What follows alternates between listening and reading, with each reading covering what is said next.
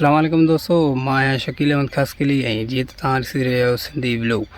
दोस्तों अॼु तव्हांखे असां ॾेखारींदासीं असां पोखी आहे पंहिंजी ॿनीअ में भाॼी पोखी आहे त उहा तव्हांखे ॾेखारींदासीं। बाक़ी हेल बटालू पोखियासीं, बटालुनि जो रेट त थियो कोन तव्हांखे ख़बर आहे, 10 रुपया किलो आहे। ऐं अचो त जेकी ॿी असां भाॼी पोखी आहे अचो तव्हांखे ॾेखारी। उहा दोस्तों हीअ आहे असांजी ॿनी जंहिंमें केला बि आहिनि ऐं केला नंढड़ा आहिनि मसाणे पोखिया आहिनि ऐं उन्हनि में खिरा ठाहे असां भाॼी पोखी आहे।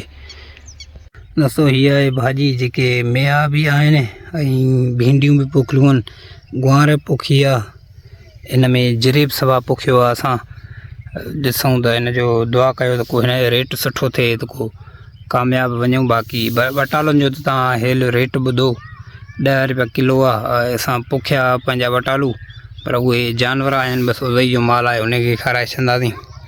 बाक़ी रेट सफ़ा कोन्हो बटालुनि जो, हाणे पंहिंजे जानवरनि खे था खारायूं पिया ऐं दुआ कयो त की हीअ नई भाॼी पोखी आहे त उहो असांजो रेट सुठो थिए।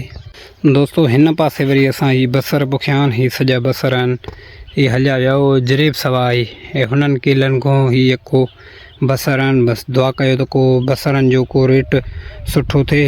हेॾो भिंडियूं बि असां पोखियूं आहिनि, गुआर पोखी आहे, मेहा पोखी आहिनि। दोस्तों शाम जो टाइम बि आहे ऐं रमज़ान महीनो बि आहे ऐं इन जे करे मां घर वेही बोर थी वियुमि ऐं निकिरी आयुसि पंहिंजी ॿनीअ ते।